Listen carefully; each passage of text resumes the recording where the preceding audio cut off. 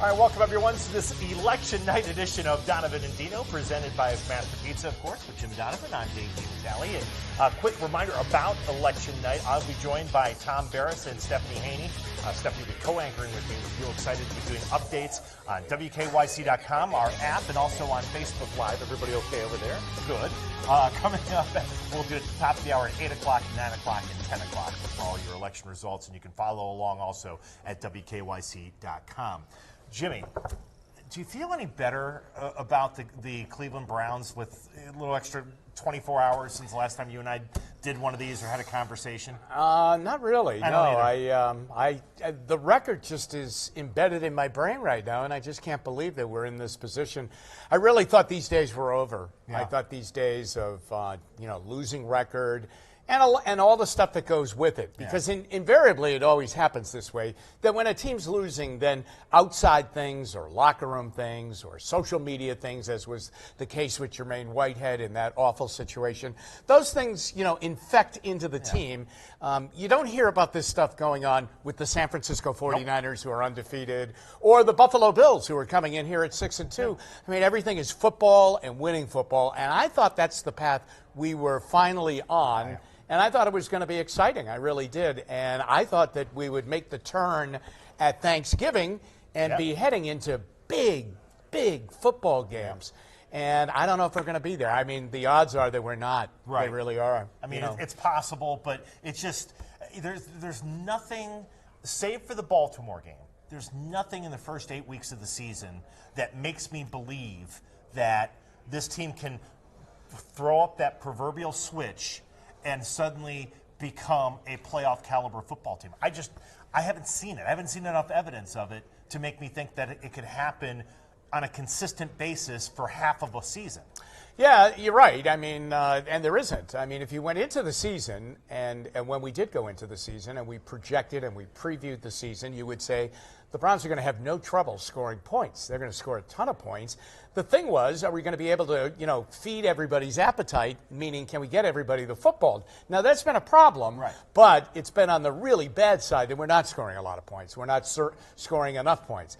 But then the other strength was, and it might have superseded the offense, was that everybody thought this was going to be an amazing defense with a great front four, a super pass rush with Olivier Vernon teaming up with Myles Garrett, that the two young cornerbacks were going to be shutdown guys, and that they were okay, and that everything was going to be great. And I think that's been, the offense has been very disappointing, but the defense has been shockingly bad. Yeah.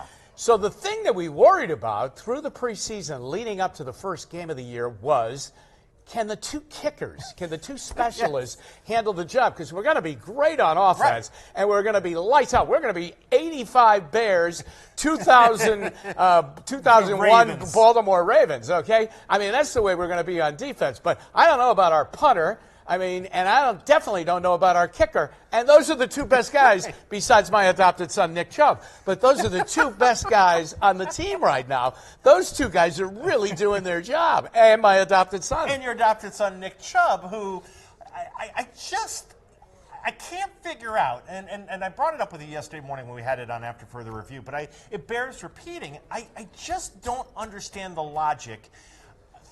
On third down and short, or fourth and short, why you don't have him in there. I get it if it's a passing situation on a third and long and you want to go to Hilliard because he's your pass catching specialist on third down. I get that. That's fine. But when you know you only need a yard and you've got the best running back in the AFC for my money right now in Nick Chubb, why is he not at least in the game, let alone being the guy you give the football to and say, go get me that yard behind that offensive line? Well, I agree with you, but I am going to take a different stance, just to throw it out there. I'm not saying I endorse this stance, okay? But as you watch the game, Nick Chubb had tough yards in that game. Yes. I mean, he only had over 60 in the game. Yeah, it's like 3 yards per carry. Yeah, that defensive front. And that move at right guard did not work. No. Wyatt Teller had a very, very tough game. At right guard, he had taken out Eric Kush. So, I mean, I agree with you, okay? But I'm just sending out another scenario to kind of maybe take a look at what Freddie Kitchens was thinking. And I am not saying that this was right. But they felt that by putting Hilliard in, they were going to get people out of the box because it's a pass look, like you say.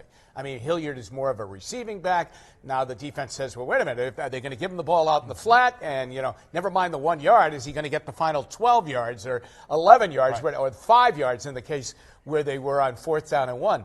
So I think that's why they did it. The other thing was, I always think they try to outthink everybody, and they outthink themselves. Right. Now, the first game of the season, the first drive of the year, which turns out to be one of the best drives of the year, one of the only drives of the year, against Tennessee. Remember, they get down the field with quick passes, a big hit to Higgins, and a 12-yard run, I think, by Chubb. And then it was 1st and goal at the 4, and who was in the game? Hilliard. And who scored? Hilliard. Right. So he's saying, hey, look, I can't do the Alabama drawl, but he's saying that's what they do. So I think the combination that they didn't feel it was a given that Chubb was going to get it, and I don't agree with that. I don't either. But. And then the fact that they were trying to get people out of the box by showing Hilliard in the backfield. Now, that doesn't mean you give it to Hilliard. Right. Okay? That's the only other reason. And I think that's what he tried to explain yesterday, and did that do very well. Last thing, because we'll obviously have a lot more time here to get ready for the Bills later this week, but are you expecting that, at least for this week, Kareem Hunt's role will largely be maybe to take that Dontrell Hilliard 3rd down role at this point? Well, might it be even a little bit more into Chubb's workload? Well, I think that you're going to see both of them on the field at the same time. Really? Yeah, okay. I really do. I wouldn't be surprised if that's what they're going to do. I've seen a little bit of it, and they do some of that. Okay, and I think that's a very wise thing to do. I would agree. If we're tearing apart their play calling and everything like that, and maybe they're trying to outthink themselves too many times, and I do believe that is evident with what's gone on in the first 8 games. But this would be a natural. Now, we had Ernest Biner on the Bernie and Jim Sirius radio show last week. Dog Pound Radio. Which will definitely end, I'm sure, at the end of the regular season. But we had him on last week, and I asked him about when it was Mack and Biner, when it was Mack and Biner, and remember the first year it was really Mack and Biner, they both rushed for over 1,000 yards, okay? But the second year they had brought Lindy and Fadi in, and they were going to expand and go into the passing game. And I said, how did you guys handle that? Did Biner... did Mack take handoffs and carries away from you? And he said, hey, they put us on the field at the same time. And it really worked, and it was a problem for the defense. And when Hunt becomes available, that's what they should do. So at the very least, your opening thought of, will he get Hilliard's workload? Absolutely. Yeah. But I think you're going to see the two of them on the field at the same time. Because you have two dynamic playmakers. Right. Why not give the threat that you might have? Here's the other thing, Dino. They need a diversion too. They do. Okay, they got to get people, back into the game. They need a little excitement. Okay, and if you just come in on Sunday and you line him up in the shotgun with Nick Chubb on his left hip and Beckham out here and Landry out here and Callaway somewhere, I just think people are going to go, hey, come on, Uncle. So I think you got to do something different. Yeah. I think Kareem Hunt for Freddie Kitchens and that Browns coaching staff comes at a very good time. Yes. Because I think people are going to be a little bit more excited about, hey, what's he going to do? Right. How's he going to look? What's he going to do? And the other thing, remember, he's ready to go. Yeah. He's practiced for 3 weeks now. Yeah. So he'll be fresh, and the Browns need him. Jimmy, as always, my friend, I appreciate it. You got it. Election night coverage coming up at the top of the hour. Stephanie Haney will be here to co-anchor with me. Tom Barris will be, the legend is back with us tonight, our election analyst. Right. He was there the night Lincoln got elected. So he'll tell us about what it was like when Abe beat out George McClellan. So that comes up later tonight.